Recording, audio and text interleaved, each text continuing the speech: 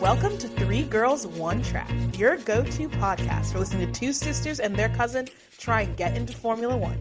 We're here to break down the ins and outs of what happens on the track and especially what happens off of it. Listen in weekly to get your fill of F1 gossip, race outcomes, and which Lewis Hamilton Fashion Week outfit we thought was the hottest. Alrighty, girls, are we ready to get into it? Ready. Ready to go. All right. Thank you, guys. This is our first ever podcast episode. We're all super excited. This started as a GC conversation and made it out of the group chat. So let's all give a little round of applause for us actually starting our podcast.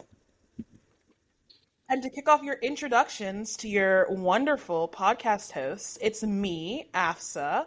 I am the resident F1 expert amongst the group. So F1 news, strategy, cars, I'm here for it. I was an engineer turned consultant, so dipping my toes into a little bit more engineering in my free time.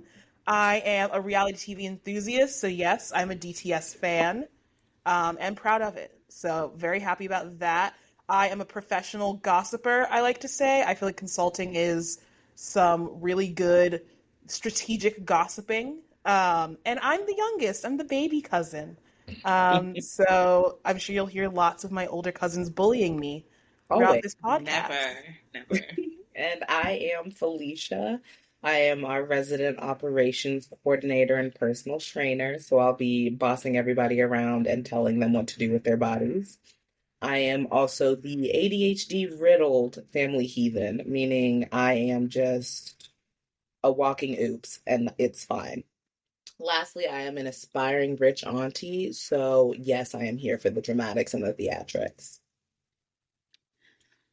I'm Bex. I am the family lawyer, aka the professional arguer, but I don't think I argue that much. I think I just say facts and support them with. I stand strong on my opinions and I support them with facts, and they should hope that they don't have a good comeback. But that's all right. That's all right. I am the Leo, also of the family of the group, and I am the big sister, big cousin extraordinaire. I like how they both describe themselves as being bossy, because I'm not. And I know that label has been thrown upon me quite often. And I just want them I want everyone to fully understand that I'm not the bossy one.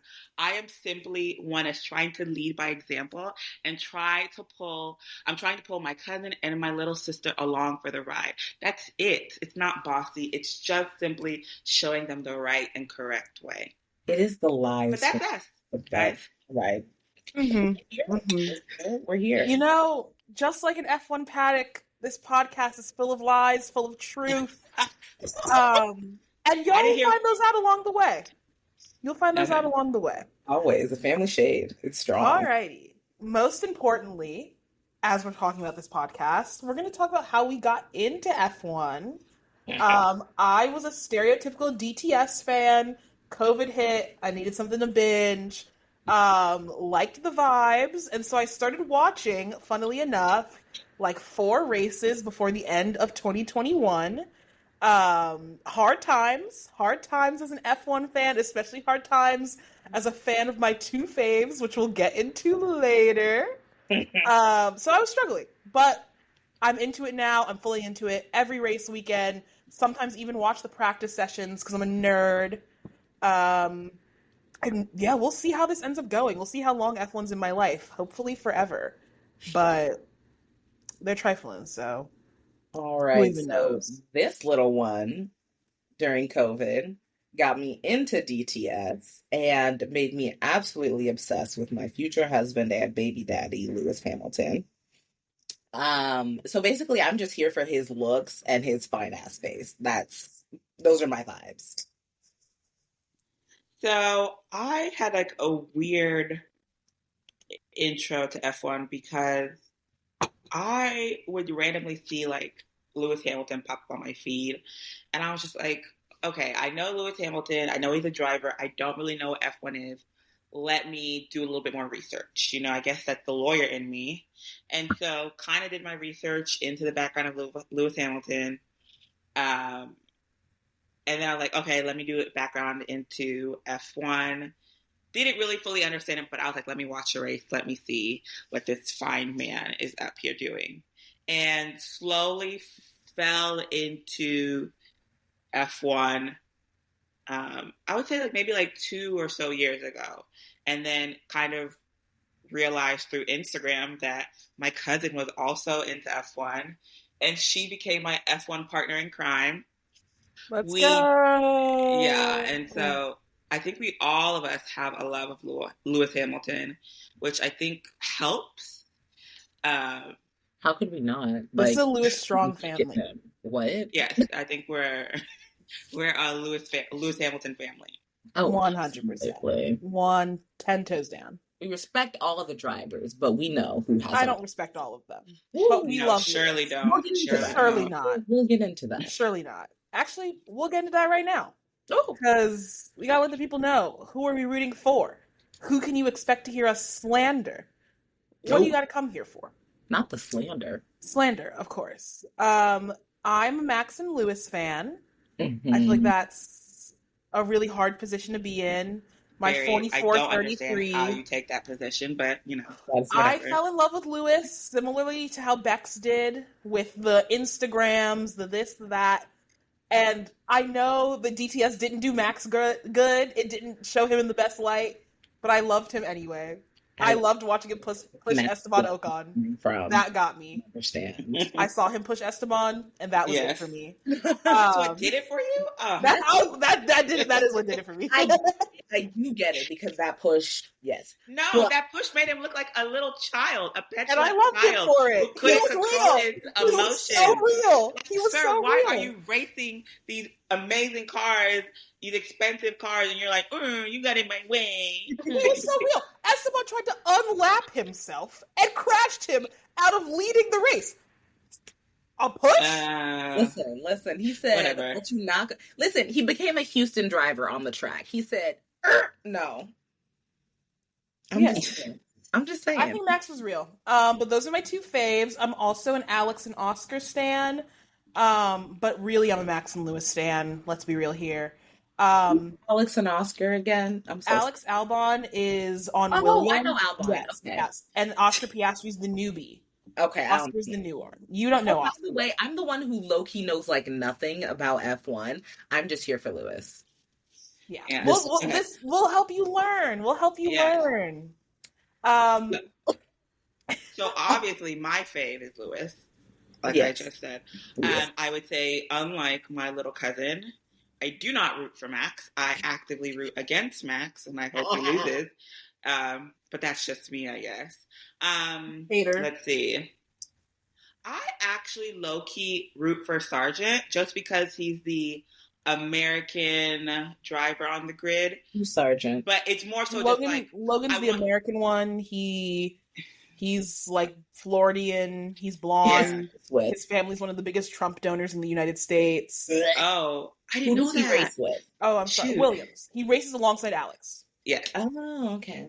But before we get canceled, we don't know if Logan feels the way his family does. Okay. But no, I still root for him as the American, just because I'm like, go USA a little bit. Okay, and then who do I act? I think Max is definitely the one I most actively root against. I would say there's a little bit of hateration in me for Fernando Alonso, but he's kind of an ass. So that's real. But I think those are the only two that I kind of root against. I think there's some part of me that roots for everyone else in the grid in some way, shape, or form. I don't remember if I said it. I'm a big George Russell hater.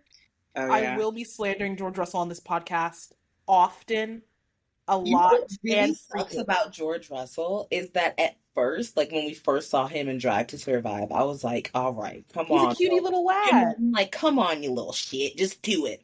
But like, as it went on, I was like, wait a minute, you're actually kind of like a jackass. He's just annoying. The thing is, he has the hunger and drive I think a F1 driver needs to have.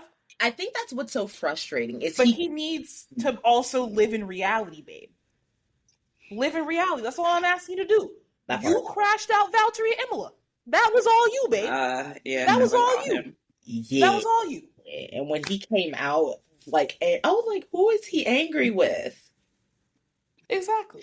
So I'm a George hater. Felicia, I know you're not deep in the F1 cut. No.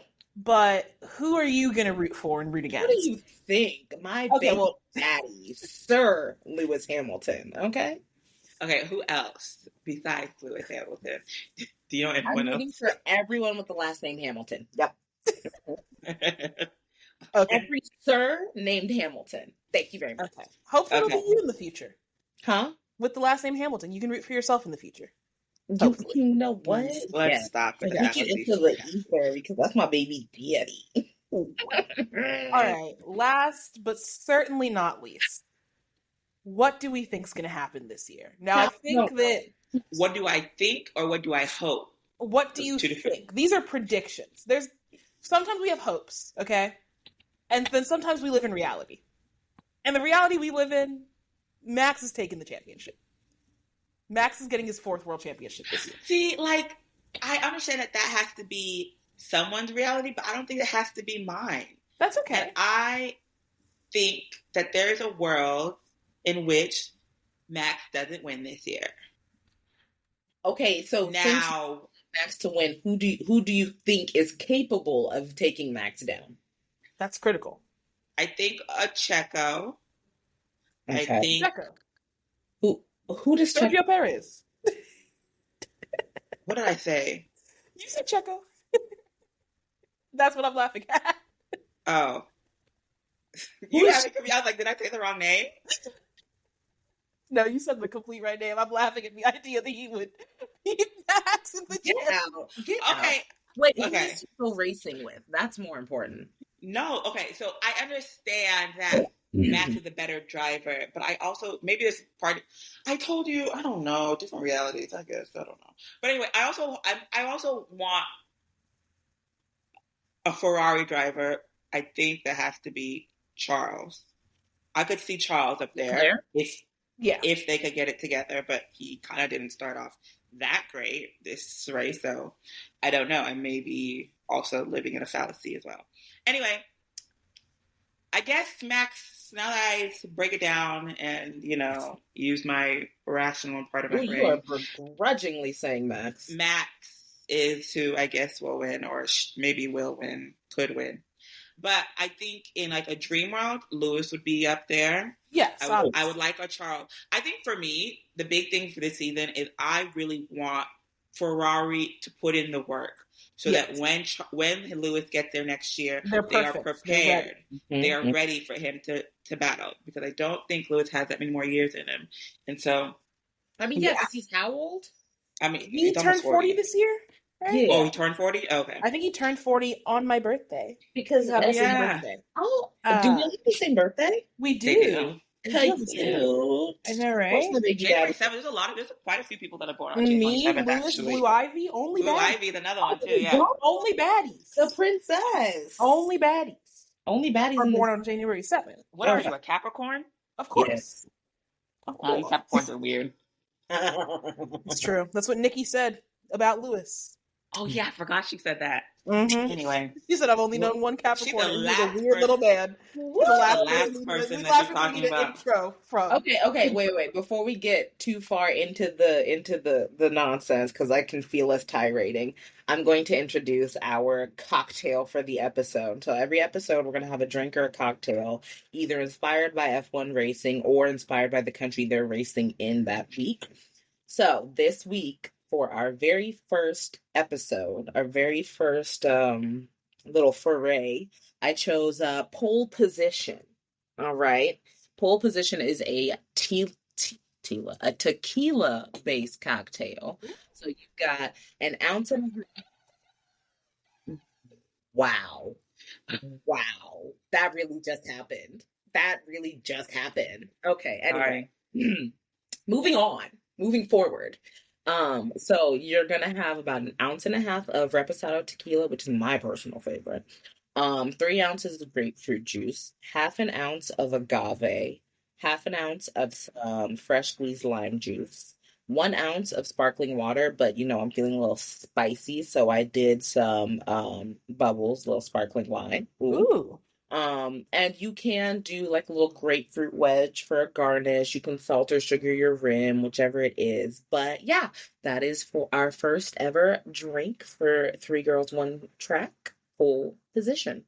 All right, let's get into it. All right. So we're gonna get into a little F1 pop culture in a second. But I'm going to take a quick break.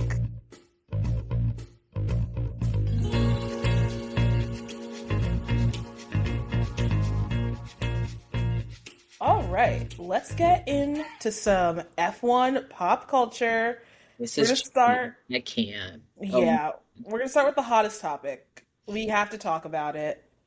It's the Christian Horner situation. Oh my god! So I know my fellow Gorleys, my cousins, have been keeping up with it a little bit, but I'm gonna give us a little bit of a rundown on the tea that's gone down. Give it to me. Keep in mind, as always, that while we are discussing this as F1 pop culture, this is a serious investigation and somebody's life. So we are keeping that in mind. All peace and love to the victim. Yes. So this all started in the public in about January, when Christian Horner was hit with allegations of cross-border behavior towards an employee. What is considered cross-border behavior? Yes. So cross-border behavior, to my understanding, is British for anything bad a boss does to you. When looking it up, it ranged from your boss yelling at you all the way to your boss sexually assaulting you. All of it falls under cross-border behavior. Okay. It was later clarified that this allegation was specifically regarding sexual harassment towards his assistant, allegedly, and that Red Bull had heard these allegations in late 2023 and suggested that Horner should resign. He did refuse to resign. Is there any reason why? Like, was he saying like, "Oh, it wasn't me"? Yeah, he's basically saying it's all false. Got you. Okay. So he's claiming, not even claiming, oh, I did this, but it was consensual. Mm-hmm. He's claiming it didn't happen at all. He's claiming nothing happened. Yeah, he's claiming nothing happened. Okay. So there were also allegations that he attempted to pay this employee £650,000 to drop the allegations. That's absurd. Hush money. That is absurd. That's actually embarrassing. Like, I would would actually off of Red Bull, and you're offering me $650K to be quiet. It's got to be at least $1 million. The amount of money that man makes in a year, absolutely not. Yeah, he's insane. Absolutely not. Allegedly insane. Allegedly, not even alleged. We can say that he is insane, but in this regard, he is allegedly insane. Okay, sure. So around right before Bahrain, middle of testing, the allegations were dismissed. Note dismissed, not cleared, not false, but dismissed. Yeah, that's all I'm going for. Not approved. A dismissal does not mean that. But our resident lawyer. We got a lawyer. What's the lawyer got to say about dismissed? Does not mean that there was a finding of innocence or no fault. It just means that.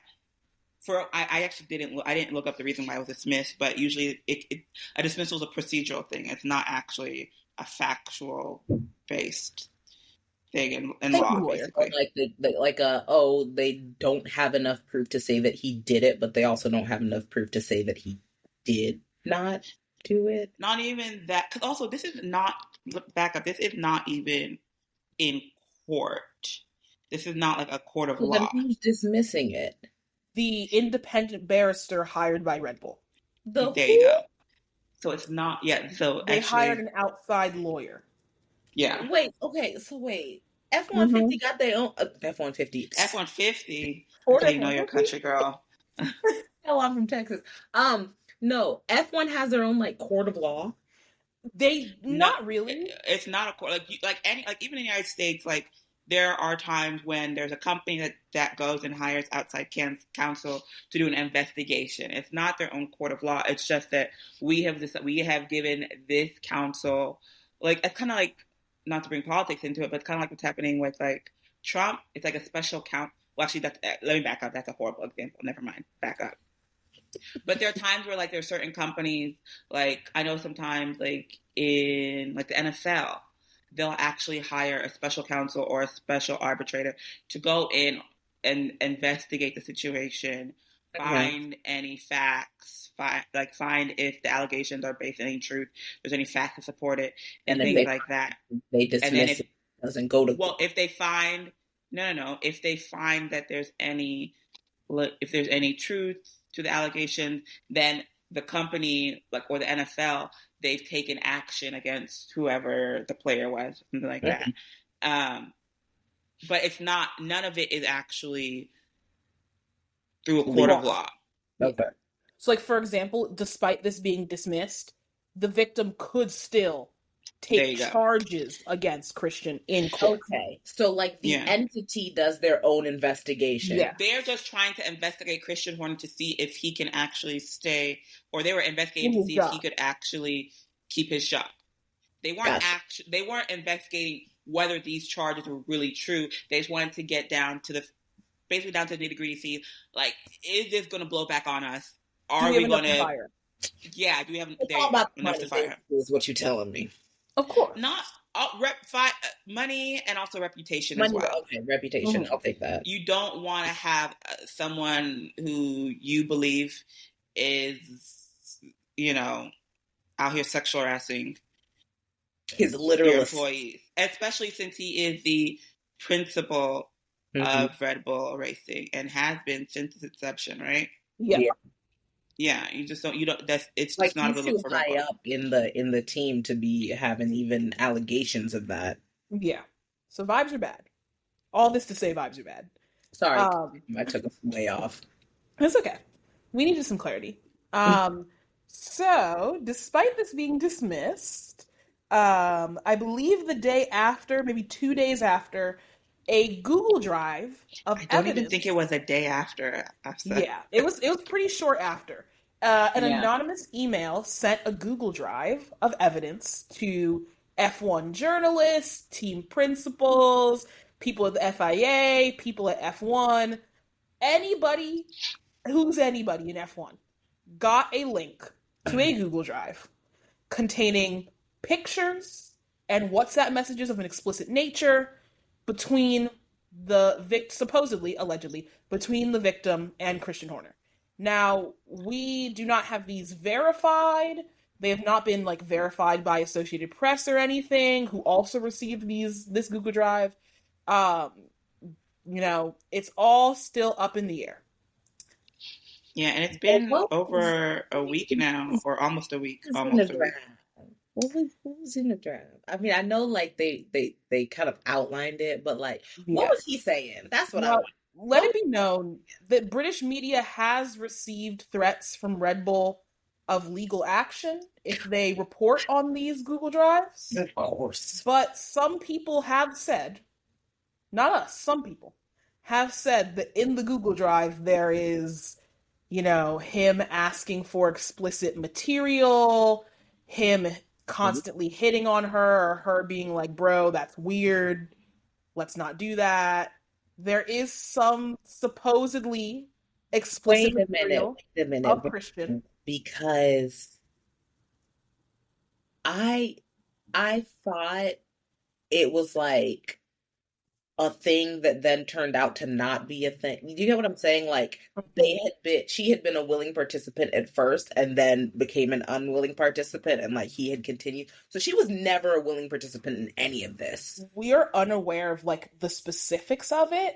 Okay. But from the like summary, it's not looking good. It's not looking good. God, that actually makes it so much worse. It's not looking good. To be honest, either way, it really wasn't looking good for him. It's not. Yeah, I mean, it was terrible, point blank, period. Yes. But, like, it's your assistant, one, so she has to be in close quarters with you. Time out. You're married. You know what I mean? He's also married to Ginger Spice. He's also Ginger Spice, really. Yeah, you're married to Ginger Spice. Mm-hmm. Let's be real here. But, like, yeah, I thought at first it had, like, it started out as an affair, which would have been bad enough already. But the fact that she didn't want him, no way. Yeah, no. And he still was just harassing her. Yeah. The vibes are bad. Yeah. Porter is still denying all of these allegations at every turn of everything. Him and Red Bull are denying the allegations, saying all is well. There is no war in Ba Sing Se. If you ask Red Bull, there is no war. However, we've had a couple of breaking news pieces happen today. Everybody on the pod, be glad that I troll Twitter every single minute. I got some hot breaking news for y'all. I got 3 things for you, hot and breaking today. Oh, God. First, Jos Verstappen, Max's daddy. Max's dad. Yeah, Max's daddy. We don't like Max's daddy, but he ate a little bit on this one. He has come out against Christian, saying that Christian is a victim. Is pretending to be a victim when he's causing his own problems, and that he needs to step down because he is damaging for the brand and the sport. He has also reportedly told friends that if Christian won't leave Red Bull, Max will be leaving Red Bull. Wait. This man is speaking for his child. That is part of what we don't like about Jos. Yeah, Jos is basically saying either Christian leaves or Max does. Max is a grown man. No, he is. I can understand. Like they have. No, I fully get his life has been pushed to be an F1 star. I feel like, and whatever, his dad is just his dad, But I also feel like not wanting to be, affiliated with that. However you feel, whether you think he's correct, whether you think it's true or false, you want it cleared up to the full extent if you think it's false. You know what I'm saying? And it hasn't been. So it's like, okay, you either need to figure this out and move out the way so that the drivers who are here, the employees that are here, can have a proper working environment and can succeed and not hampered down by your crazy actions. Mm-hmm.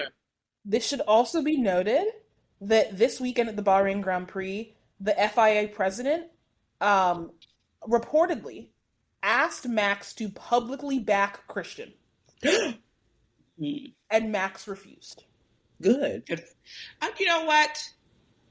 Good on you, Max. Yeah. Max has made the effort to not back Christian. Cleo was on Max's side. Yes. Max has been asked numerous times. We're going to go. He's been asked numerous times about the Christian situation if he backs Christian, and he has given wishy-washy, like, I don't want to talk about that. He's a distraction. I want to talk about racing. Okay. Answers, and reportedly told Ben, I'm not publicly backing Christian. Because even if, say, whatever, this is too muddy of a situation. Mm-hmm.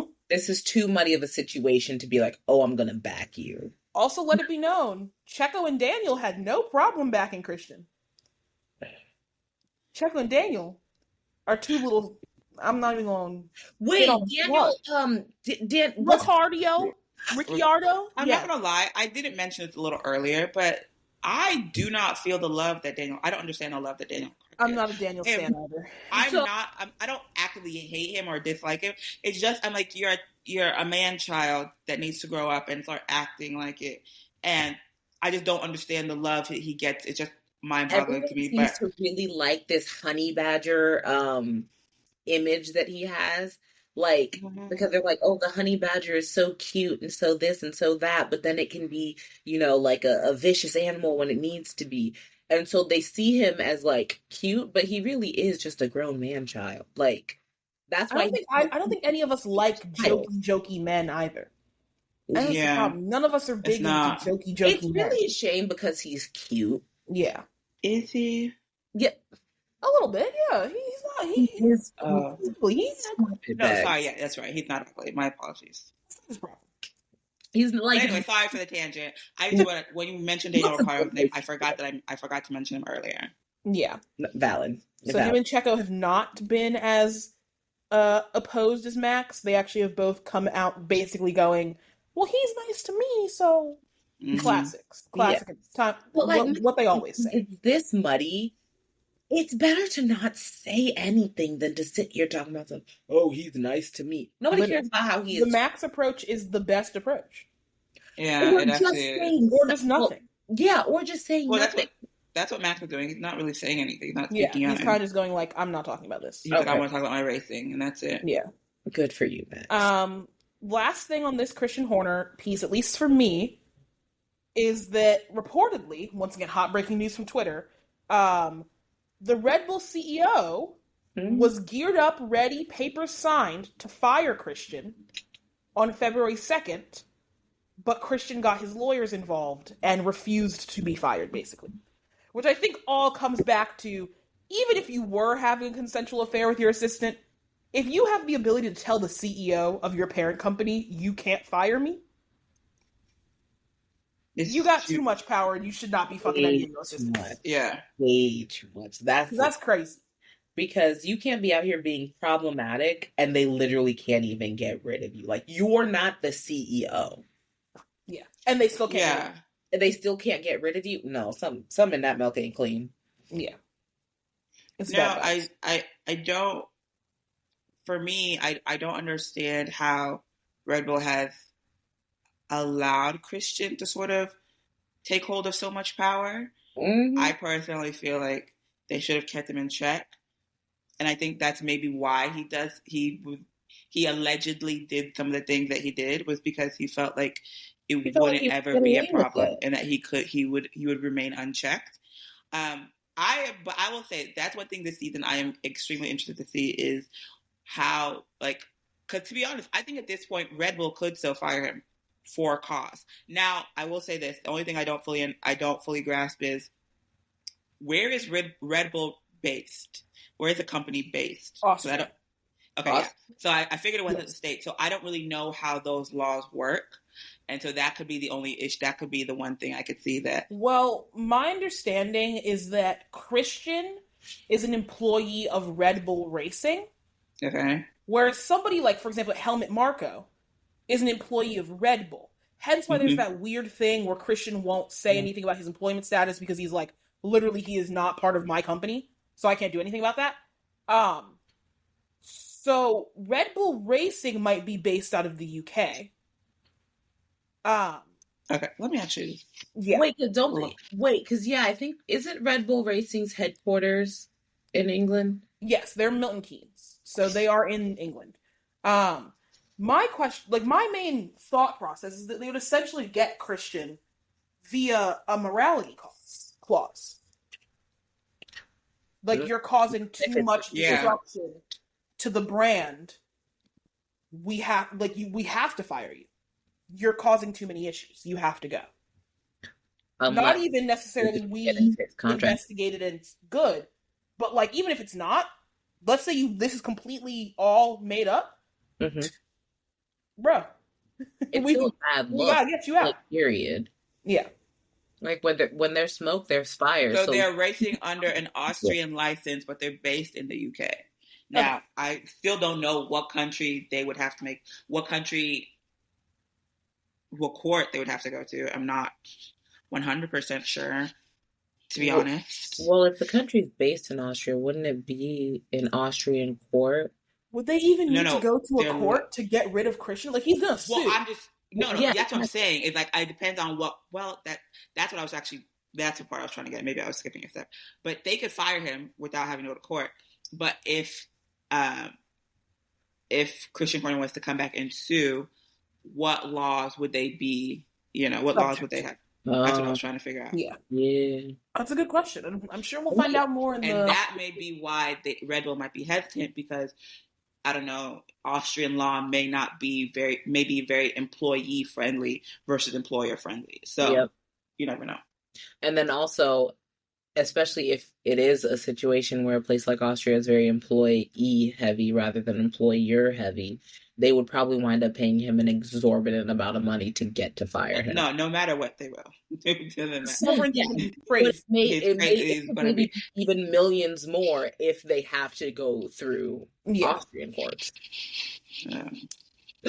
Excuse me. All ridiculous. All crazy. My God.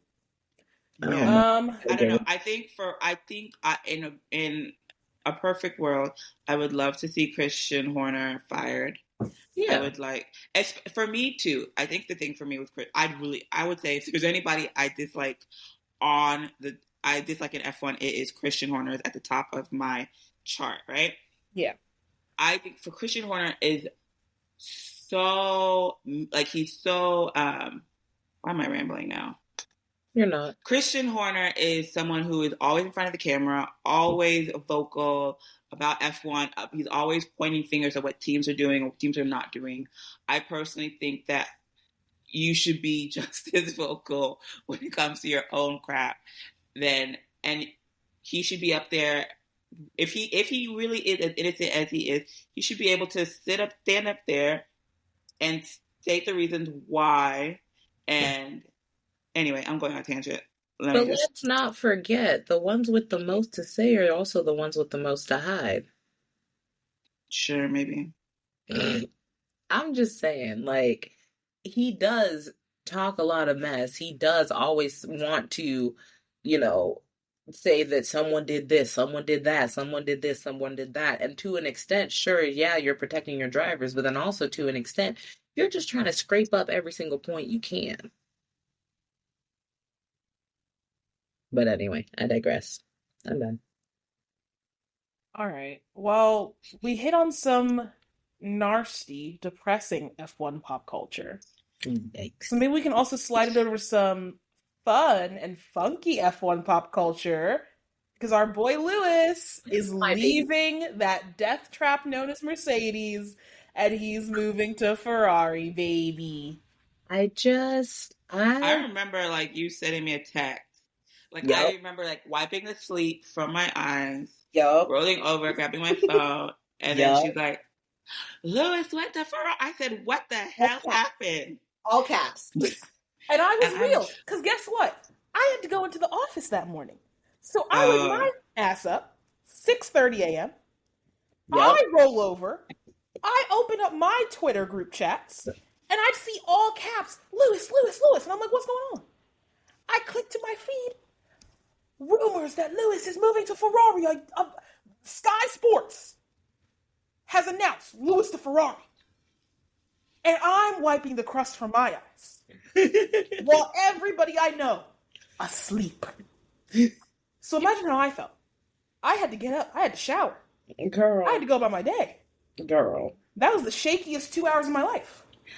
My thing is, like, as someone who does not know too much about F1, like, for me, like, it's been Mercedes, Lewis, Mercedes.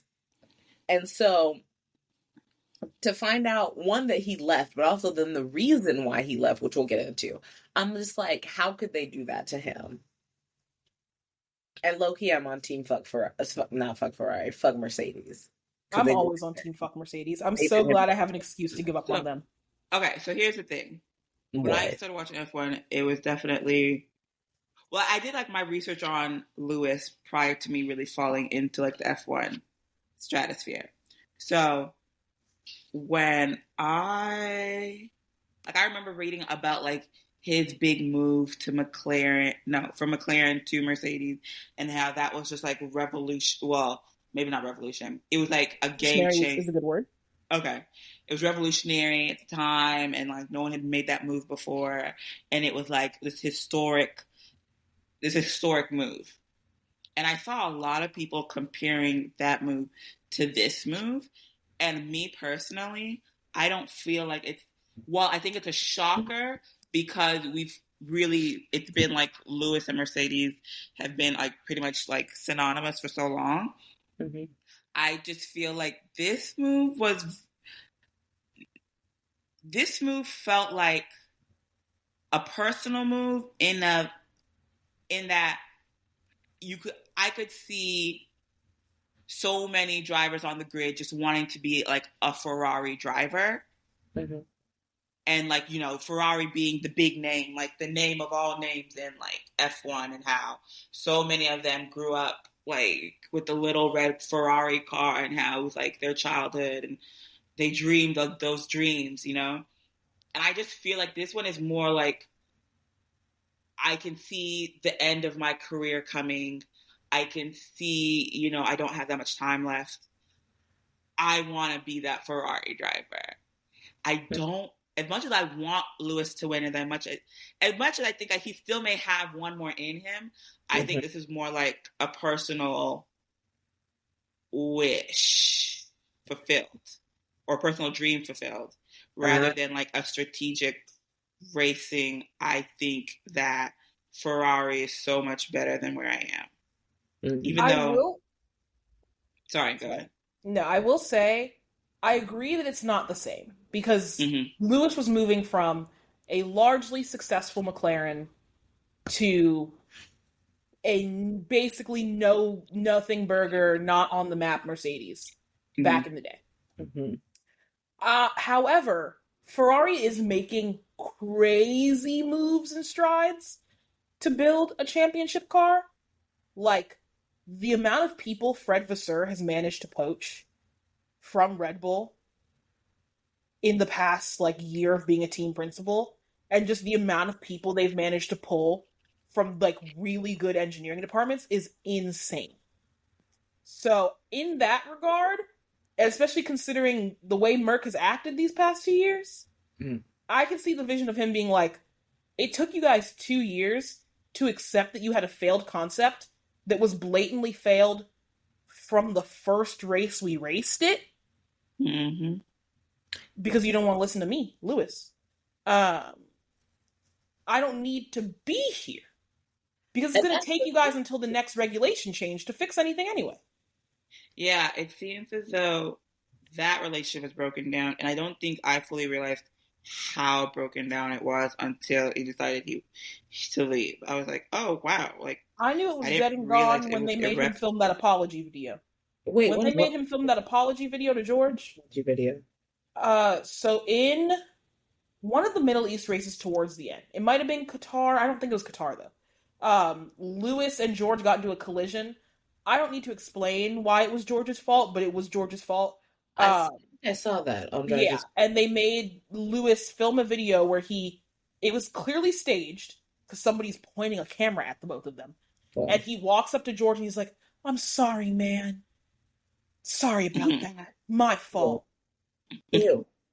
And it's like, sorry, since when are we making them film apology videos? But also, what?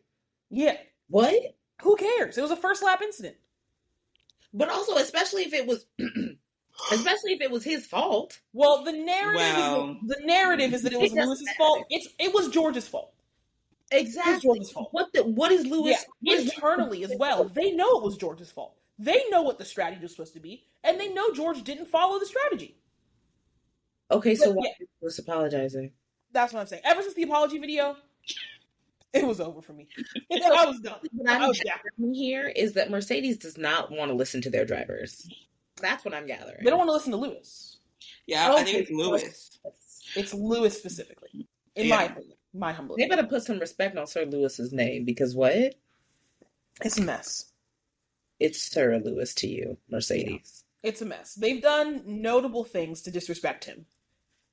Making him apologize on camera.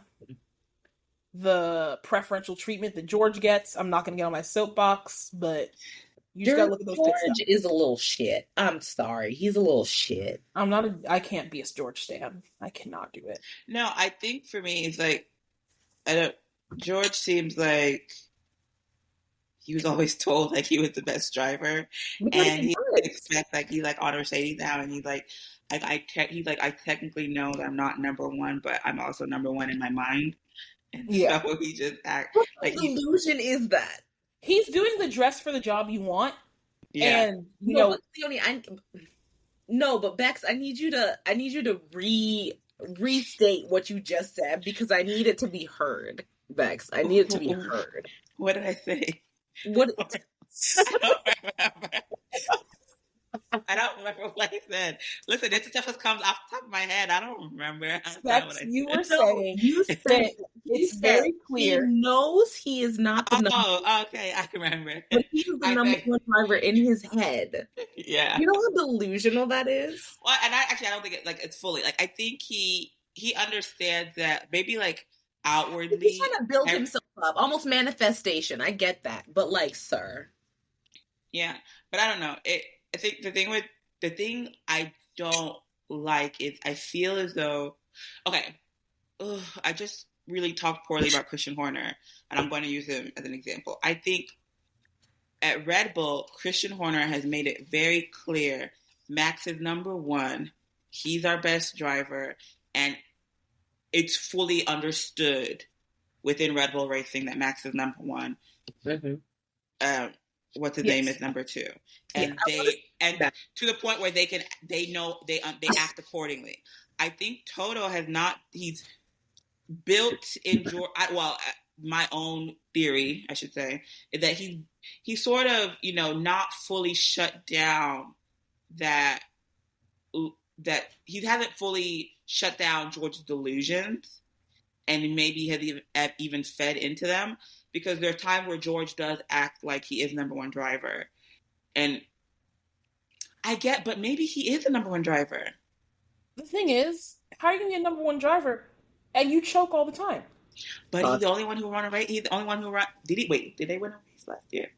He won Brazil in 2022. Yeah. There you go. Sheer luck. And on top of that, bro, you developed the car in the wrong direction. You are choke artist at half the races you go to. You continually make mistakes. You are not anywhere near the brand figure that your teammate is. And on top of that, your teammate, the only reason he lost to you is because he spent half a season developing the car. The moment that he didn't spend half a season developing a car, he beat you. Well. Yeah. Oh, I forgot they were doing a lot of the testing on Lewis's car. Mm-hmm. But I forgot that. Why would you be testing the car during the season? Because you're still developing your car during the season. Yeah. You don't you still are making upgrades and changes to it. But you have a driver like Lewis Hamilton spending half of the season developing a car when he could be spending half the season. It's not just a Mercedes Lewis thing. A lot of the other drivers have spent some time. Like, I would say the amount of issues that Mercedes had, I don't think any of the other teams really had, though the amount of issues they had. And I don't think any of the other drivers quite suffered as much as Lewis did. So that's true. So basically, Mercedes made him the sacrificial lamb, kind of. I think Lewis was willing to be the sacrificial lamb. Yeah. Up until a point. Yeah. Yeah. He was willing to be the sacrificial lamb. AKA his jump to fame. Yeah. Got you. Okay. Yeah. It's truly tragic because Lewis is so good that, to disrespect him in this fashion, you don't give him a multi-year contract. You refuse him ambassadorship. You, try to get rid of him for a kid that hasn't even driven an F2 yet. Wait, hold on. They won't even give him an Listen, I know I don't know too much. They won't give him an ambassadorship for Mercedes. They refused him an ambassadorship. That was part of what Lewis wanted. He's literally their driver. Yes.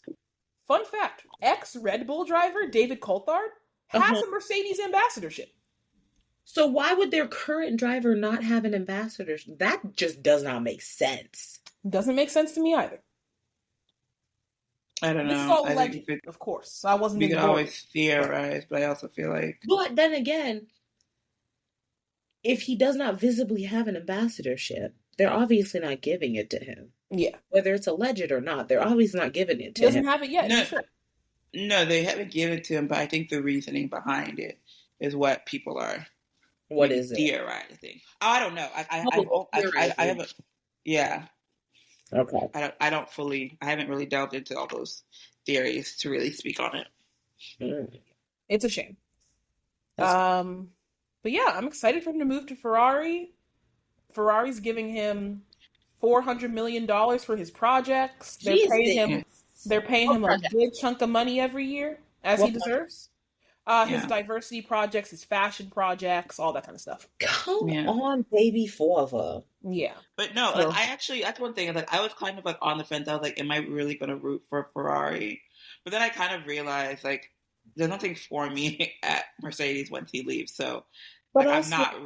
But so this is one thing that I just was reading not that long ago, or maybe it popped to my mind. I think I saw it on Twitter. If Christian Horner doesn't leave and Max decides to go, could you possibly see a Max in Lewis's open Mercedes seat? Max isn't moving to Mercedes. Huh? Max is not moving to Mercedes. Okay, fine. I also saw that on my feed. I saw that would be insane, and I saw it on my feed.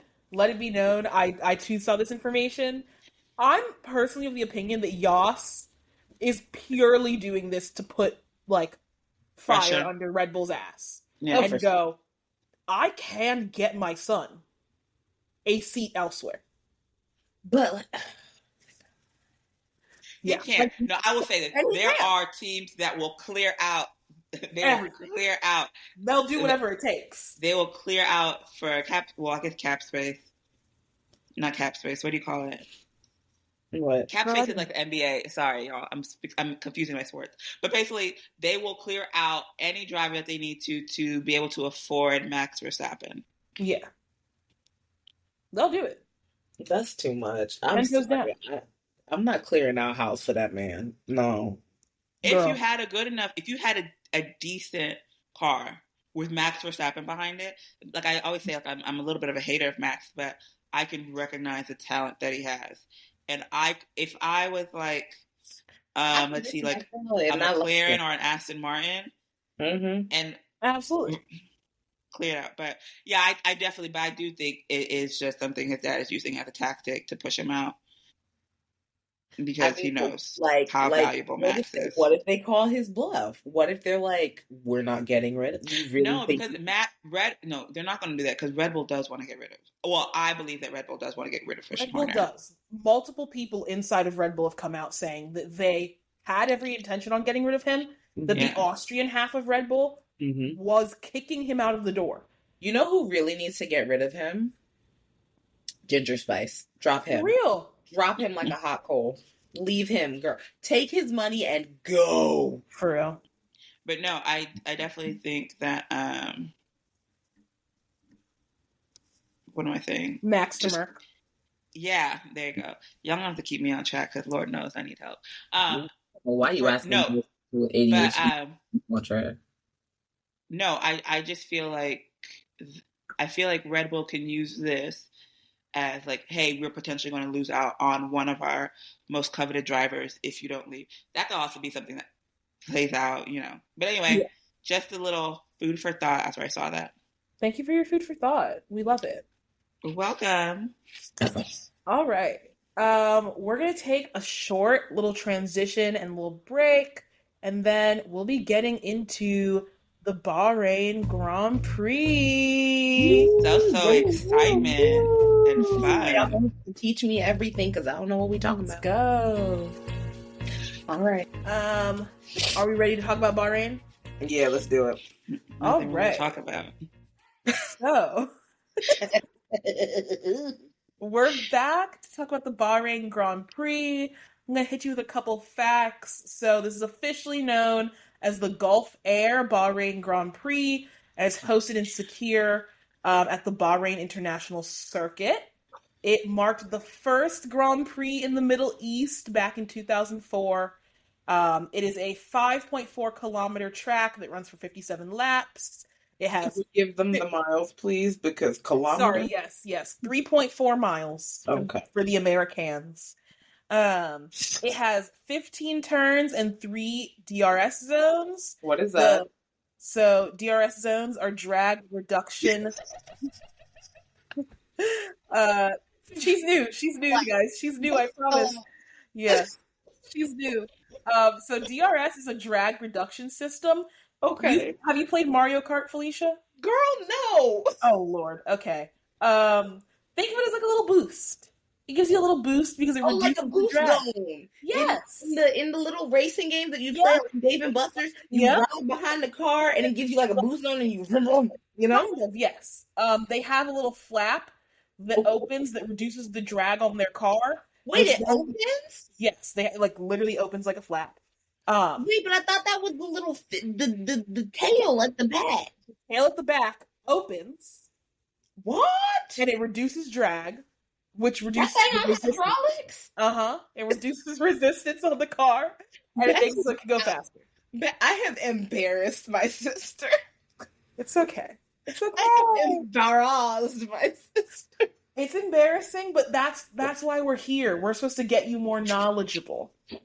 Okay, wait. Okay, so DPS zone, boost zone, DRS, but yes, DRS. Lord have mercy, DTS.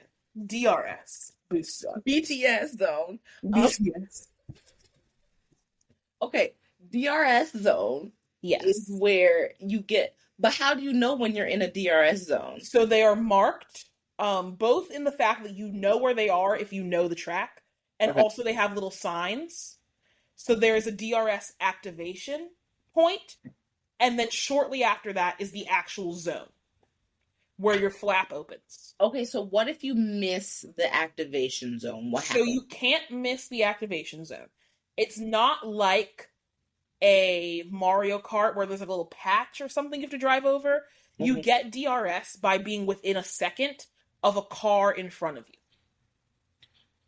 So if Max is zooming around the track, yes, and Charles is 1 second behind him, Charles will get a little boost to try and help him pass Max. Okay. If Charles was 2 seconds behind him, he would get no boost. Okay. Yes. But if it's a marked zone on the track, so do you have to get yourself to 1 second in behind the car you're trying to By the time you hit the activation zone, yes. Okay. Yes. And then you hit the activation zone, you push a little flappy lifty thing, and it's hydraulic out of that piece. Basically, yes. Heard, chef. Continue. Right like that. So it has 3 of them, which is great. The circuit record is held by Pedro de la Rosa in 2005. He's no longer with the F1 driving like vibe, so don't worry about that. I mean, he's probably chilling somewhere with all his money. He is probably still somewhere. I don't actually know. Let's hope he is. And last year, Bahrain was won by one Max Verstappen. Too excited to say that. Of course. All right. We're going to get into some F1 fashion. Sorry, headphone users. My baby forever. This part is especially for Felicia. Baby Zeddy. I pulled looking good this week. Oh my god! So he looked fantastic. Incredible. I pulled all of his outfits from this Instagram account. I see him called Amazing Lou, like Amazing Lou with an H at the front. Exactly. We have this Gucci fit that he wore on Monday. Okay, we're gonna do a breakdown. Okay, so. Not Monday. Wearing Gucci Sabotage Fall 2024 collection. All right. So the shoes and the sunnies are also Gucci down. And let's also get into the fact that my man is wearing pearls. Because he's so handsome. And he's got his hair not slick back, but pulled back into a nice low bun. The accessories are accessorizing. And let's not get past the fact that his phone case is my favorite color, purple, because he did that for me. I'm just saying. So that's look number 1, and I'm so here for it. How do y'all feel about it? I love it. I love the studded, bedazzled collar of the jacket. It makes it snazzy. It is not my favorite look of the week. No, that is saved for another one. But absolutely, it's a look. For sure. I love it because he looks so handsome and chill, but like spicy at the same time. Exactly. Okay. I think it was a strong start to the weekend. So yeah, I guess like a B. I'll give him an A.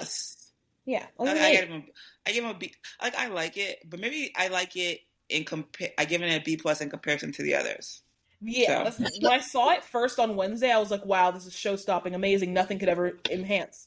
Yeah, and I saw Sundays, not Sundays, Saturdays. Because Saturdays, that's a win. Oh. Yeah. All right. So, day 2. We have the Tommy Hilfiger fit. The Tommy Hilfiger X Clot. I don't know who Clot is, but that's what it is. It's like a collaboration between Tommy Hilfiger and Clot. So that's the jacket that he was wearing. Mind you, it's $540. Just fine as fuck. Anyway, wait a minute. I just realized Baby Daddy has a ring on his left ring finger. He's not married. Okay, good. Woo! He wears rings on all his fingers. Yeah, he just be wearing it. It's like in this photo, it's front and center, and it's right there. I was like, that looked like it could be a band. Anyway, next, moving on. So, his jeans are the denim dungarees. All right. Listen, he's cute, but you know what I really love? What I really love is he's wearing Timbs. He's wearing Timbs. I love it. He looks so anyway. Okay, so his pearl necklace though is Polite Worldwide, and it's a multicolor pearl necklace, and it is absolutely beautiful. I actually really like this is my favorite part of his outfit. Not gonna lie. But then I believe it was later that day he put on these Tommy Hilfiger like overalls. And he did like the plain white tee with the Tommy Hilfiger overalls, the multicolored pearls. Let me tell you, that man looked fine. The overalls were great. The overalls were probably I like the overall. one of my favorites. The overalls were the dungarees. Yeah, I think the so. overalls were actually I actually saw him with like just wearing his Mercedes issue, like the long sleeves with the overalls, and I was like, oh my gosh, she looks so cute. It's such a simple look, but I actually ended up really liking it, so I get that one an A+ for me, even though it's really simple. Wait, overalls. I just realized. He was just wearing the overalls underneath the jacket. Yes. Yeah. My bad. I just realized that. It took me a second. Okay. And then he's wearing a Jacques Maramage? Jacques Maramage? I don't know. His sunglasses. They're Walker sunglasses. He looked real cute. Tell me why these sunglasses are $870 though. Well, fit to sit on the nose of a king. Listen. There you go. Real. And then our handsome sir was wearing a what was called a Big Pilot Perpetual Calendar Top Gun Ceratanium watch. Y'all, tell me why this watch is $5,600. That's a cheap watch for Louis. That's a cheap watch. 56,000. Oh, okay. That's more Louis' style. That's more Louis' style. Plastic to him. $6,700 for this watch. That's more Louis's level. Okay. Yeah. Wait, is Mercedes still sponsored by IWC? I think so.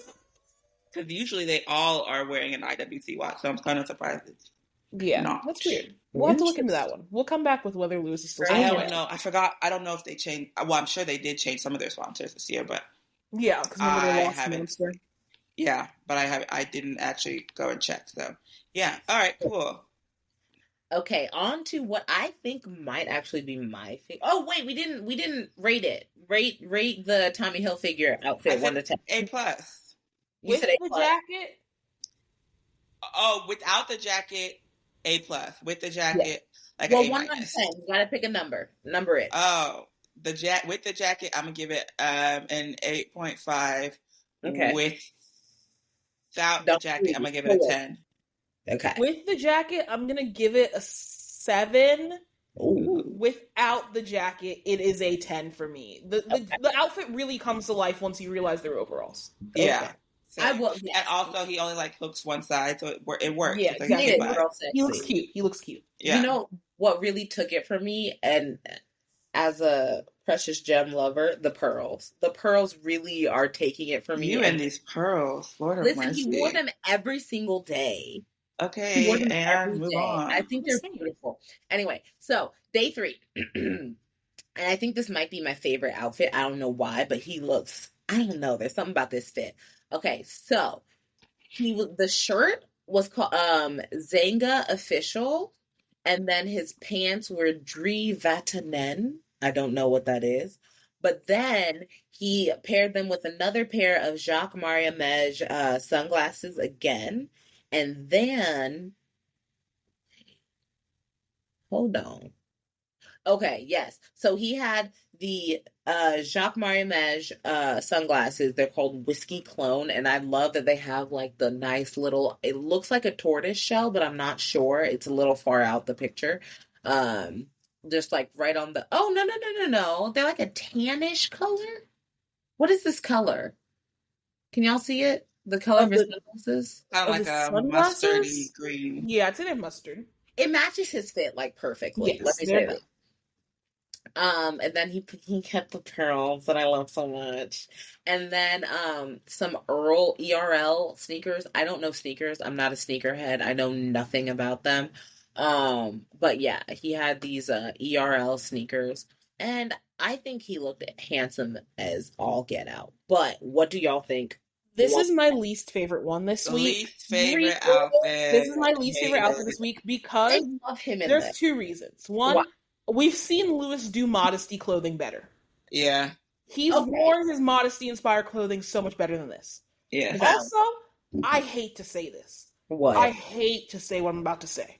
I know what you're going to say, and say it because I'm right there with you. Say it. I don't think you're gonna say what I'm thinking. Just say it. Okay, hold on. Last year in Abu Dhabi or maybe Qatar, all I'm saying is Lando rolled up in modesty-inspired clothing. And I don't even like Lando like that. And he ate more than this outfit. Okay, you were not going where I thought you were going, so never mind. What in the world? This outfit didn't even eat as much as Lando's little full-length tunic, and that's sad. Okay, all right. Louis in a full-length tunic this color? Wait, okay. So where I thought you were... Okay, also, cut out what I was saying about where I thought you were going. But anyway, so... The thing I didn't like about it, personally, is Louis is vertically challenged, right? Felicia, stop. It's not a lie. I'm sorry. That was like, I thought it before, but that was not what I was expecting you to say. Continue. I'm sorry. And when he wears these huge pants, they do nothing for him. He looks like, because if you look at him in all the pictures, right? In this picture, he looks the shortest. Especially the one where you can see like his full body. He looks short. He looks like compact, almost like someone just went and tapped him on the head and smushed him. Know how small this man is. Hold on, we're gonna like 5'9". He's like 5'9", I think. I do not think he's 5'9". He's not short. Is Louis 5'9"? I thought Louis was 5'7". No. Ooh. Oh yeah, he might be actually like 5'8". Let me see. No, it literally Google says 5'9". Granted, as someone who played sports in high school, they will inflate your height. Like I was fully called 5'11" in high school when I was a strong 5'8". Well, and also too with Louis, like you can tell Louis wears like a lot of those like lug boots because they add about like an inch and a half to your height. And for some reason, 5'10" is more acceptable in a man than 5'9". But anyway. Moving on, going back to his outfit, his purport for someone who really knows how to dress like Louis does. This outfit does nothing for him. I think the top is too long, or the jacket is too long, and hits him weird. Then the pants are so huge, it almost looks like a skirt, which not a problem, but it just looks bad on him. This needs to be a full length tunic.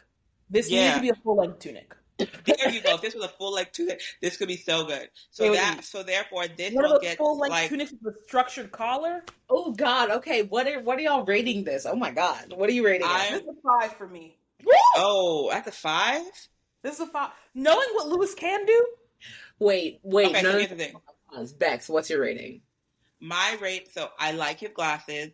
His necklace is cool. I actually don't mind the top. I hate the pants, and I really can't even see the sneaker. So for me, this is getting like a 3. A 3? It does nothing for him. I have seen this man dress so well. Look at this picture. He looks so bad. Oh my God. I've seen him. When you know how well he can dress, then you see this. It does. Do you know what? It may be one of those. It may be one of those outfits that really does better with like movement, when you can see it in videos. But looking at it as a still, it doesn't do anything for him, and I'm just like, it's a no for me. I think I will admit, I'll give him a 4 because I actually do I like his top. I like the glasses. I like his accessories. So maybe I'll give him a 4. Just to be nice. Say, as a lover of earth tones and loose fitting clothing, this is I love this on him. Yes, you can see that he's a little, not as tall as some other people, but I just the color looks beautiful on his skin. He looks like he's flowing, ethereal. Like, I just think he looks so handsome. Okay. He always looks handsome. I'm gonna stop. We're gonna go on to the next outfit.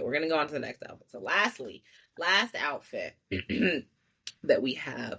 So it's called 3 Paradis.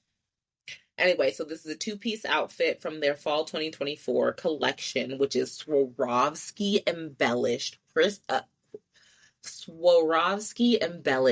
quilted jacket and pants with the belt. Now, let me tell y'all something. This belt, I can't. I'm not here for this belt. What? I'm not here for this belt. Why aren't you wearing the double layered? Like, oh no, he's not wearing the double layer. That's just the model. But still, no. I'm from Texas, and this ain't even a proper big belt buckle. It just says P on it. It's not a proper big buckle. This is delusional. This is a 15 out of 10 outfit for me. I love this outfit. No, I like the outfit. I just don't like that buckle. I love the belt. All of it is great. So the funny thing with this. Oh, sorry, I didn't mean to cut y'all off. Sorry. You're fine. Go ahead. So, like I was saying in the previous one, I was like, I hate his pants, right? They're so big. They don't help his legs or whatever. This one is how he usually wears big pants, and I think it does well.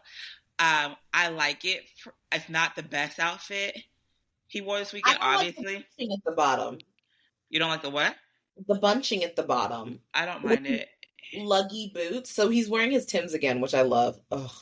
But then he has the pants bunching at the bottom. I told you he was vertically challenged. He doesn't have a lot of legs. His legs aren't that long. I feel like he should have had them tailored. Like, you're going to spend all this goddamn money on these pants. That's the point. He's going for like an oversized Felicia, look. Yeah, and if you look back at his Tommy Hilfiger look, he always wears quote unquote bunching like that. Yeah. I don't know. Maybe it's because they're jeans. I don't know what it is. Aren't these jeans as well? Like, they're the quilted whatever. Like, I don't know. There's something about these pants that I'm not the biggest fan of. I love the jacket. I actually really like the jacket. The jacket I'm definitely here for. I just feel like the pants should have been more tailored. There are to be honest, I don't hate the pants. I would give this a solid 9. Okay. Maybe 8.75. This is a 15 out of 10 for me. Yeah. I love this outfit. Everything about this outfit is perfect. First, the little smile on his face. Look at that. It's so cute. Okay. Yeah, the sunglasses, they're simple, they're sleek, it eats. He's so handsome. The jacket eats. Pants eat. But also, he just loves these Jacques Mariemege sunglasses because it's another pair. So every day they may be a sponsor. That might be one. Right. Yeah, but each and every single one of these sunglasses over $800. And then he wore the necklace every day, which I absolutely love. It looks so good with his tattoo that he has on his chest. Yeah. It's like tattoo. It looks great. I love this quilted vibe. The jacket is everything to me. The jacket. I need this jacket. Can we get a price tag on the jacket? Do you have the price? Hold on. No. Well, okay, so it's a whole fit. Oh. They didn't even get the price of the fit. I don't know. That's dangerous. That's a dangerous cost. It is. It probably is. But I will say it. Well, actually, I think the pants go well with the jacket. I don't think you need the pants to wear the jacket, if that makes any sense. What I'm saying. Yeah. I think you need a jacket to wear the pants, but I don't think you need the pants. Oh, let's get into the fact that Burna Boy wore the same outfit. Worse, probably. Mm-hmm. For his do you know what? I could actually say it's looking really good on Burna Boy. It looks good on, but okay. So look at Burna Boy's pants. He still has the bunching, but it's not as severe as Lewis's. I'm not looking at Burna Boy to compare him to Lewis. Okay, well, fine. And I don't even have it, so whatever. Burna Boy is another, though. I'm not gonna lie. All right. Thanks for walking us through Lewis's outfits. All right, yes, but that is Lewis's fashion for the week. My baby daddy killed it each and every single day. Do we have a vote on best look? Afsa, we know that your best look is day 4 with the three paradise, three paradise. Yeah. Top and bottom. Bex, what do you got? Hobby Hilfiger. Okay. Y'all know what I like. Yeah, but you're wrong. You're wrong. I love every outfit is 10 out of 10 for me personally, because he is the father of my future children. Okay, let it go. He can never do any wrong, but personal favorite is the earth tone wide leg pants and shirt. You're real. You're real. You know, we won't boo you too hard for letting me have my baby. No, daddy. We need to boo her into shame. No, I just had to have my baby daddy corner, and it's fine. It's okay. That's your segment for this. Yes. There you go. All right. Well, I guess we do have to talk about the race. Do we? Why? And quali. Why? They were both really boring. Very boring. For qualifying, we had Max on pole, as per usual. Charles in second. And George in third, which we're not happy about, but that's okay. Qualifying did nothing for me. It was a bore. It was a bore. I'm not gonna lie. It was. I had a work meeting during quali, so I tried. But say that one more time. I had a work meeting during quali, so I tried. But yeah, I watched some of it, but I watched Q1, and I was just like, okay, let's see what this is gonna give. New F1 season, whoop whoop. And I was like, give anything? No. Oh, it really. I don't like when I take a step back and I'm like, okay, what was I expecting it to give me? I don't know, but not this. I mean, Hulkenberg got into Q3. That is true. So he did. We had something. We had a little sprinkle of something. Yeah, but it wasn't. If you will. Yeah, I think it was the only notable thing. I'm not gonna lie. Never mind. I'll come back to it. It's okay. I'll come back to my thought. Okay. As far as the race goes, somehow the race was even more boring. It really was. Nothing happened. Wait. Max won by 20 seconds? Yes, Maximilian. I say that literally. His name is Maximilian. 20 seconds. That's too much. Yeah, I forgot. I was saying, like, I forgot which lap it was, and I looked up, and I was like, about halfway through, he was 16 seconds ahead of Checo. Yeah, and I was just like, what? Like, how did that happen? What happened? Y'all are supposed to be in the same car, but obviously Max has the better driving skills. But it was just, to me, it was like, pause. Who's Max's teammate again? Checo. Yeah. Sergio Perez. But no, so I think for me, and what I was trying to say earlier, but I thought it would be more fitting here, was that I hope this is not indicative of what the F1 season is. I like... Oh, they better not be. I don't want a boring season. And that's why I think I'm hoping that Max doesn't win, because I like an exciting season. Mm-hmm. Like, I think that's what made 2021 like such...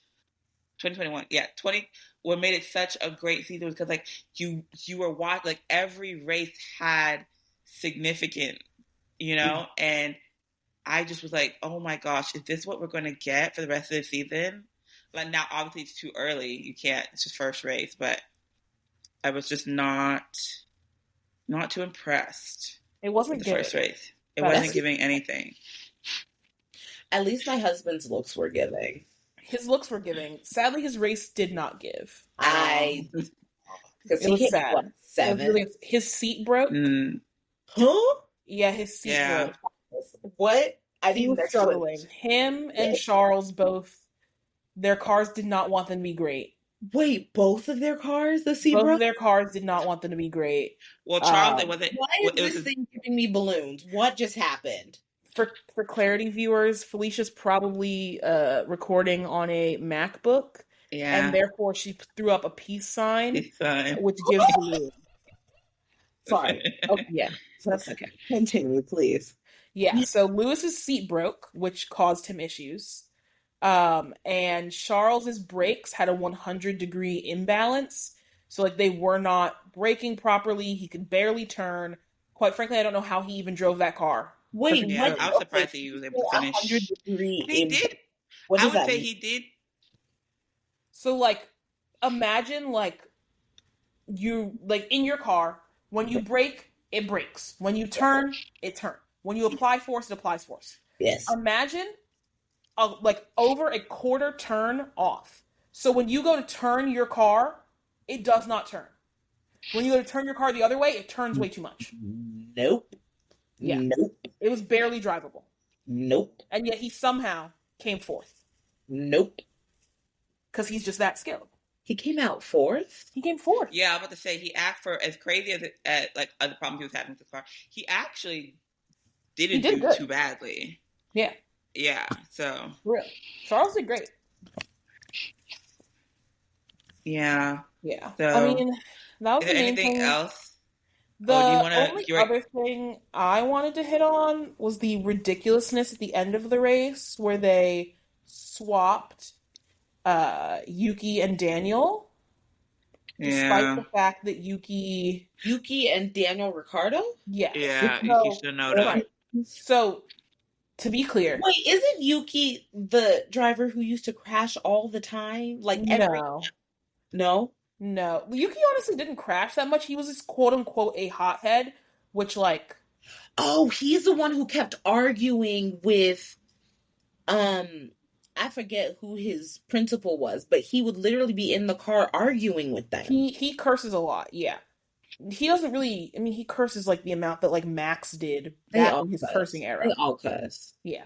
But if I recall, I feel like I remember him like just being in the car and arguing with them and at one point telling them to stop talking to him. Yes. Drivers will often do that, but yeah, there's a notable DTS clip of Yuki being like basically shut the fuck up.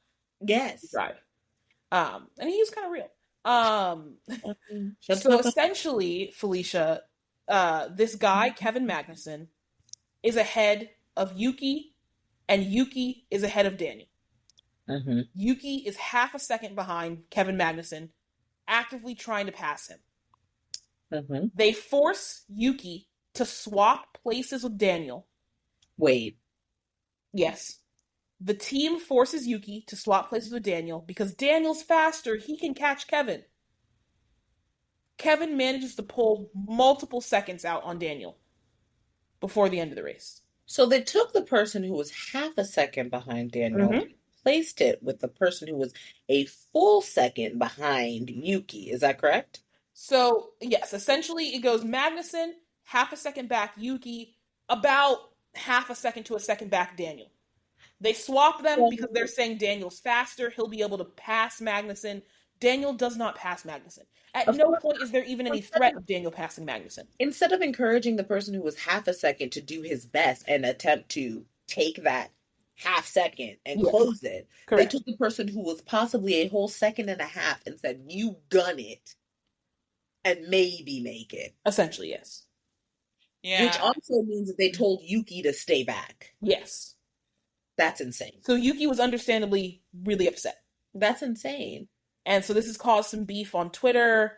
You know, the Yuki Daniel fans fighting it out. Daniel called Yuki immature. Even if he's not the strongest driver, why would you not at least encourage him to take that? It's half a second. Like, you wouldn't encourage him to take that? Yeah, it's ridiculous. It was absolutely insane. 4 seconds behind and you're like, oh, let Daniel take this on. Because I do get the fact that Daniel is a faster driver than Yuki. I do understand that. But he was literally behind Yuki. Yeah. Well, it's also, I'm sure the Danny Rick stands want you to feel like Daniel is categorically faster than Yuki. But he's Yuki not. was faster than Daniel all weekend, and Yuki beat Daniel last year. Well. I think Daniel's still riding the high off like his arguably one good season.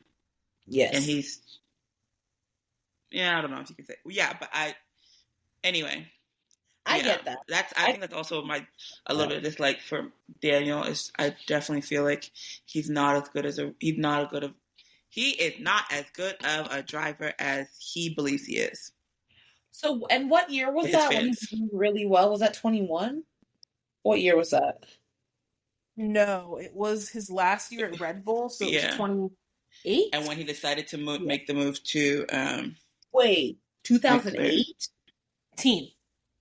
18. Oh, I heard 2008. I said, wait a minute, you're here. But, okay, so how are you still basing this man's possible performance on how he did in 2000? No, I don't know if the team is. I feel like Daniel still views himself as a really good driver, and I personally feel as though he has not proven that. Because a good driver can get to that level and maintain it, right? Yeah. Oh, okay. Like, I don't think any of us are asking Daniel to win. Yeah, nobody's asking Daniel to win. We're asking him to beat his teammate. Which he has not been successful at since leaving Renault. Him the opportunity to legit prove that, and he failed. Yes. Well, they literally sabotaged Yuki to allow him to prove that. Well, yeah, it's unfortunate. Yeah, but I'm still rooting for Yuki. Go Yuki. Yeah. With that said, I mean, Max won the race. Checo came in second. Sainz came in third. Nothing else of note really happened. My future children came in seventh, but he has time to prove himself. It's okay. Yes. I believe in him. He'll bounce back next week. Listen, he is a faithful man. I believe in him. He will, Bex. He will. Listen, I want him to. I'm just saying, like, what I do now. I have faith in Lewis. I have no faith in Mercedes at this point in time. So, well, good thing they're after the Lewis picture. Now it's a matter of the faithfulness 22 more races. But anyway, what is the next race? The next race is in Saudi Arabia. It's Jeddah. Next week, princes are. Next week, we're going to come to you with stats, some new Lewis Hamilton outfits. I'm sure Bex is hoping that I come and I don't get to announce that Max won. Hoping and wishing. So tune in to hear everybody's reactions to hopefully not another inevitable Max Verstappen win. Thank you for listening, everybody. You can check out our Instagram, 3girls1track. You can email us at 3girls1track@gmail if you have any questions, any inputs. I'll even take hate comments. The haters are tuning in. No, because you got two big cousins and a baby cousin. Don't try us, and definitely don't try her. I'm just With that said, thanks for listening, guys, and we hope to hear you next week. Bye. Goodbye.